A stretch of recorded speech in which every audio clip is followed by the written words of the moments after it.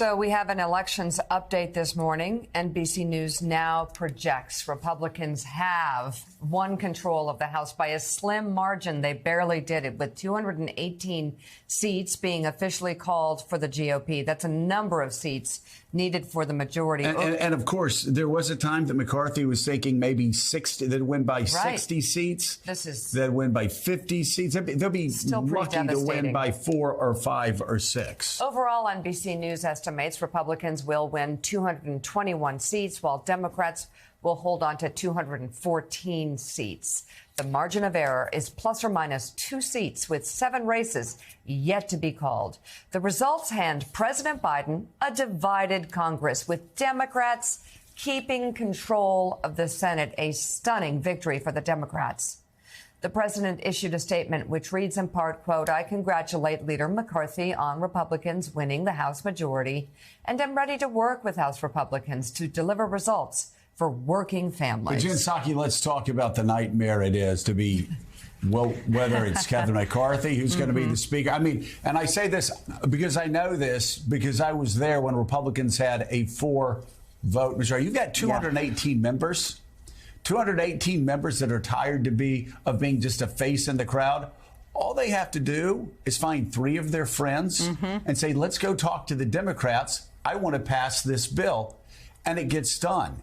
That is impossible for the best of speakers to maintain. And right now on the Republican side, all I see is anarchy. This is going to be a difficult 2 years where Republicans supposedly have the power, supposedly have the responsibility, but aren't going to be able to get anything done there. Right. Be careful what you ask for, Kevin McCarthy. If this is your dream, it's so hard to govern with that slim of a majority. He also has doubled down recently on being opposed to proxy voting, which they've been doing in the House for the last few years, allowing people to vote from their districts, which, you know, the fact is a lot of these members are older, or people have family member issues or reasons they just don't show up because it's a big, huge caucus. It means he needs all of these members to not just support his agenda, but to also be there in person, which is a 2-hurdle challenge. So this is going, plus, as you just said, Joe, he's got a bigger dose of crazy that he's going to have to manage in terms of his caucus than most caucuses. So yes, be careful what you ask for, Kevin McCarthy. This is the gift you will have now for the coming years, which is managing this big group. And let's bring in now congressional investigations reporter for The Washington Post, Jackie Alameda. She's an MSNBC contributor, following now all the moves in terms of the balance of power. Jackie, what are you looking at? Yeah, Mika, well, I can't echo enough what you've all just said, that Kevin McCarthy faces a Sisyphean task if he does ultimately become Speaker, which seems inevitable, but is going to be a hurdle in these next few weeks, as he's going to try to get from 188 votes of support behind closed doors during leadership elections that we saw earlier this week to the number 218. And the hatred for McCarthy amongst his own ranks is palpable amongst certain House Freedom Caucus members. But as for today, actually, I'm keeping an eye not just on Republicans who are going to be making announcements on investigations.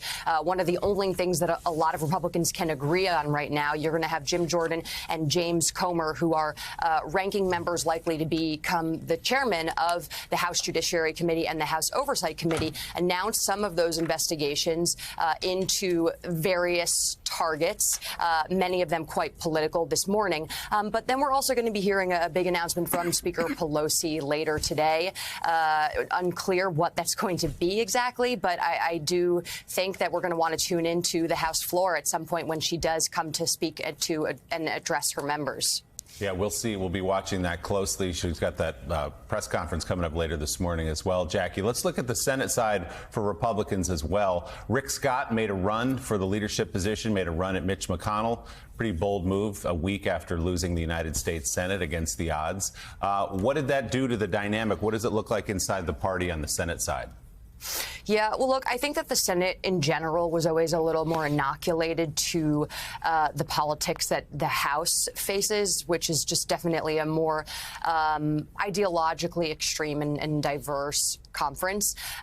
Rick Scott never really faced a chance. I think that sitting senators were skeptical that Scott could really separate himself from the results as the head of the campaign arm of the Senate, and was in part responsible for helping prop up some of these very flawed candidates who should have won seats that Republicans expected to win, seats like Pennsylvania, and now the runoff in Georgia, where the candidate Herschel Walker, it won't make a difference whether he wins or not in terms of control of the Senate, but again, is a seat that was viewed as winnable and now has an extraordinarily tight race.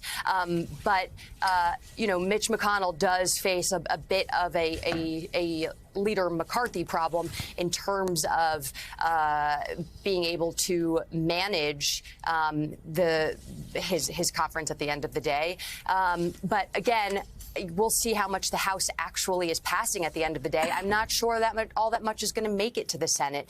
And I think that the goal for Republicans right now in the next 2 years is not to legislate, but really to just block the Biden administration. The task for McConnell and McCarthy is a little bit different than what Pelosi and Schumer were up against these past 2 years. Yeah, the thing is, and I said this before off air, because Sam Stein, I didn't want to get pummeled on Twitter. But I will say it on air now. There we go. Great. Since it's already happened. Okay. And I'll get pummeled on Twitter today.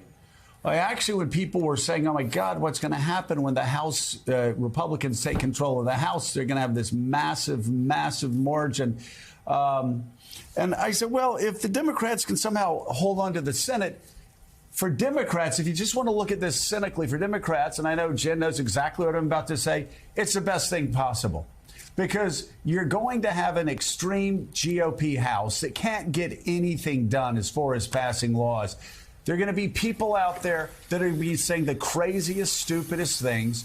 There are going to be massive headlines, and it's going to matter because they're in power. I remember Karl Rove coming and talking to us in 1999 before George W. Bush's campaign in 2000, and somebody brought up us running Newt Gingrich out of town in '98, and Karl Rove, somebody asked him about it. He said, "Well, it sure makes our job a lot easier. We probably wouldn't be able to win in 2000 if we were competing against Newt Gingrich's headlines and having to answer for Newt Gingrich at all time. Now you actually are going to have whoever that Republican is running in 2024, they're going to have to answer for the most extreme statements made by Marjorie Taylor Greene, are made by Jim Jordan, are made by Lauren Boebert. Ron DeSantis is in a church and somebody says, do you agree with Lauren Boebert that if Jesus had an AR-15, he wouldn't have been crucified and died for everybody's sins and that would have been preferable? Do you agree with that? But that will follow. The craziness, now that they're in power, actually matters. And it's something that whoever's running for president in 2024 on the Democratic side, well, just cynically, somebody observing, it's probably going to help them a lot.